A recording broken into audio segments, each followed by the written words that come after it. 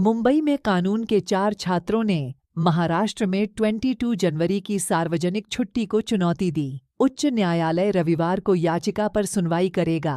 कानून के छात्रों ने भारत के संविधान के तहत निर्धारित धर्मनिरपेक्ष सिद्धांतों के उल्लंघन का हवाला देते हुए राम मंदिर अभिषेक के लिए महाराष्ट्र सरकार के सार्वजनिक अवकाश को चुनौती दी। मुंबई, शिवांगी अग्रवाल 20 और 3 अन्य कानून छात्रों ने शनिवार को अयोध्या में राम मंदिर के अभिषेक के लिए 22 जनवरी को महाराष्ट्र सरकार द्वारा घोषित सार्वजनिक अवकाश को चुनौती देने के लिए एक याचिका दायर की।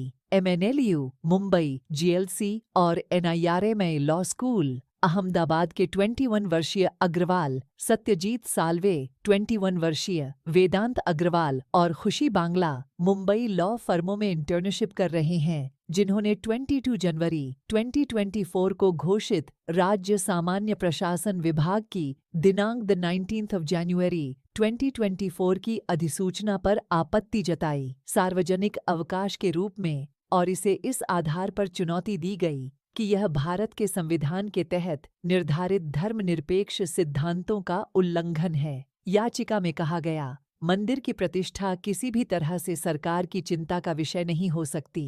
हिंदू मंदिर की प्रतिष्ठा का जश्न मनाने के लिए सार्वजनिक अवकाश की घोषणा सहित सरकार द्वारा उठाया गया कोई भी कदम एक विशेष धर्म के साथ पहचान बनाने के अलावा और कुछ नहीं है।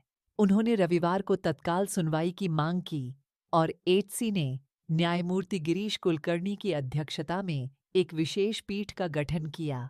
उनकी याचिका में कहा गया है कि यह केवल सार्वजनिक हित में दायर की गई है, क्योंकि यह व्यक्तिगत रूप से पार्टी है और किसी भी राजनीतिक पार्टी से जुड़ी नहीं है। याचिका में कहा गया है, याचिकाकर्ताओं का कहना है कि यह महज एक संयोग नहीं है कि अभिषेक 2024 के संसदीय चुनावों से ठीक पहले निर्धारित है। दिशा निर्देश जो प्रकृति में धर्मनिरपेक्ष हैं, बहुसंख्यक समुदाय को खुश करने के लिए ऐसी घोषणाएं, वह भी राजनीतिक उद्देश्यों के लिए, सत्ता का सरासर दुरुपयोग होगा और भारत के धर्मनिरपेक्ष ताने बाने को नष्ट कर देगा। उन्होंने बताया कि केंद्र ने आधे दिन की छुट्टी घोषित की, राज्य ने सार्वजनिक अवकाश घोषित किया। याचिका में भारतीय संविधान की धर्मनिरपेक्ष प्रकृति और उसके सिद्धांतों पर सुप्रीम कोर्ट के विभिन्न फैसलों का हवाला दिया गया और न्यायमूर्ति रामास्वामी का हवाला देते हुए कहा गया कि उन्होंने अलग राय में घोषणा की थी